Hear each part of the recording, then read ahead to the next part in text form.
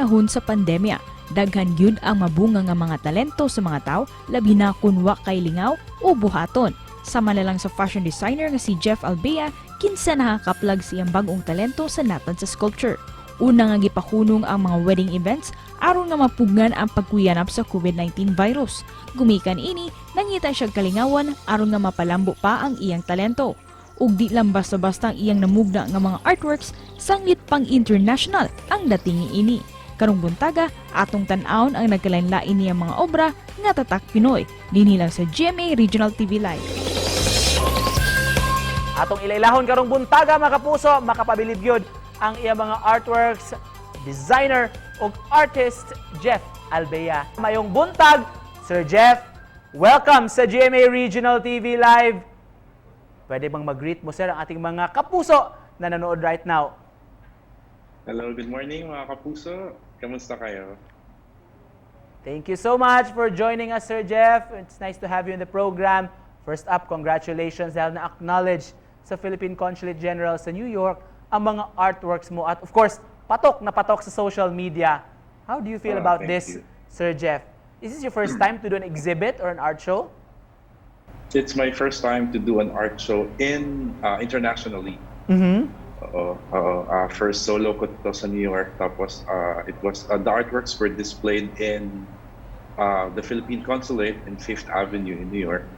Tapos very grateful kasi very accommodating ang mga kababayan natin doon. How long did you prepare for this show, sir? Actually, to be honest, doon ko lahat ginawa kasi hindi ko pwedeng dalhin ng artworks na hand carry sa aeroplano. So nagpunta ako doon. I finished everything in 7 days. Oh. To be exact. 12 artworks yon kasi nagstay lang ako doon ng 2 weeks lang. Let's talk about your art, Sir Jeff. Sino inspiration mo nito? Made of what itong mga obra mo at saan mo ito natutunan, sir? Ang inspiration ay wala namang certain person, pero normally na-inspire ako sa mga babae na very powerful, very brave, yung mga matatapang na mga babae natin. Mga brides ko, mga ginawa ko ng wedding dresses. Ang mga sculptures ko ay gawa sa air dry clay at lahat yan ay may steel armature hidden inside. So very sturdy, patibay siya. Ilang oras ginagawa mo itong isang obra, Sir Jeff? May 1 linggo, may 2 linggo, may 1 araw, may 1 oras. Depende. Depende sa naiisip ko, depende sa utak ko. So, iba-iba. Jeff, sinong nag-influence sa'yo na gawin to? During the pandemic, nawala ang mga weddings. Kasi bawal ang mga kasal, di ba, nung pandemic. So, 2 years ago, sinubukan ko lang gumawa ng isang sculpture. Tapos pinost ko on Facebook, tapos noon may bumili na, then doon nagtuloy-tuloy. Wow. Which among your artworks are ang paborito mo? Tanong ibig sabihin, anong storya behind ito? Siguro yung artwork ko na buntis. May buntis akong ginawa, ang title niya ay Aurora. It's named after my mom. And of course, apart from being an artist, ikaw din ay fashion designer, Sir Jeff. How do you bring the Philippine culture sa ating industry? Siyempre, hindi mawawala dyan yung paggamit ko sa mga materyales natin ang gawa sa Pilipinas. Diba? Meron akong shop sa Dubai at saka sa Qatar.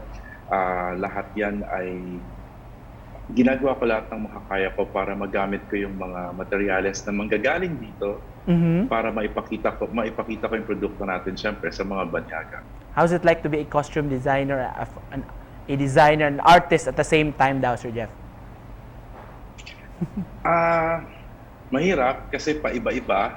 Minsan ang hawak ko ay kahoy, minsan tela. Pero masasabi ko lang kasi kung mahal mo yung ginagawa mo at nag-enjoy ka, lalo na passion mo yan, walang pagod na mararamdaman. Kahit na nakabase ang profession at talent mo sa ibang bansa, Sir Jeff, gaano katindi yung, of course, yung pag-value mo sa sariling kultura natin? Siyempre, hindi mawawala yun. Kasi nung show ko sa New York 2 weeks ago, nung dumating yung mga Pilipino sa show, very grateful ako kasi I know their success is nothing compared to mine. Napakatagal na nila sa Amerika. Marami na silang nagawang magagandang bagay para sa buhay nila. Pero, ang sarap ng pakiramdam na bibigyan ka nila ng oras, bibigyan ka nila ng appreciation, at saka very welcoming sila. Yun ang masarap yung makita ng mga kababayan mo na magsama-sama kayo kahit sa akpang. What's next for you, Sir Jeff? Anong aabangan namin? Meron kaming pinaplan na another show in New York. I think it's a bigger show. Tapos, I'm doing some fashion shows internationally, more international Medyo hindi pa, wala pang sa Pilipinas. Pero, prepare kami for another show in Manhattan. I'd just like to go back to one of your Facebook posts, Sir Jeff.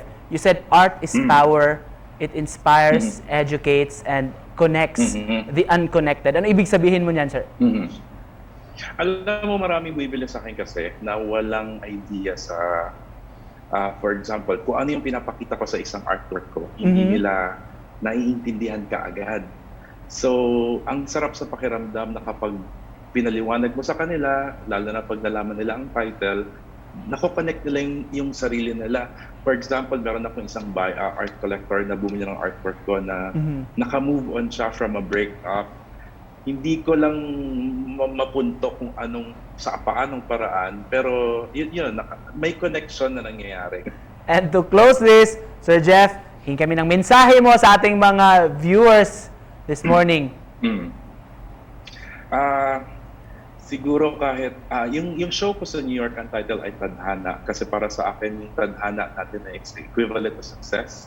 So para sa akin, kahit saan ka pupunta, kahit anong mga pinaplano mong gawin, being successful is depends on kung ano yung para sa'yo, kung anong definition ng successful. Hindi ibig sabihin marami kang pera, hindi ibig sabihin marami kang kaibigan or marami ka na ipundar, basta masaya ka, basta mahal mo yung ginagawa mo at kumpleto yung buhay mo. Siguro yun yung number one advice ko. Always seek happiness at saka, contentment. Contentment talaga. Very well said. Thank you so much for joining us this morning, sir. Sa Inspiration Sab sa among mga viewers, mga kapuso, artist o designer Jeff Albea. Thank you, Sir Jeff. Ingat ka. Maraming salamat. Thank you, Nico.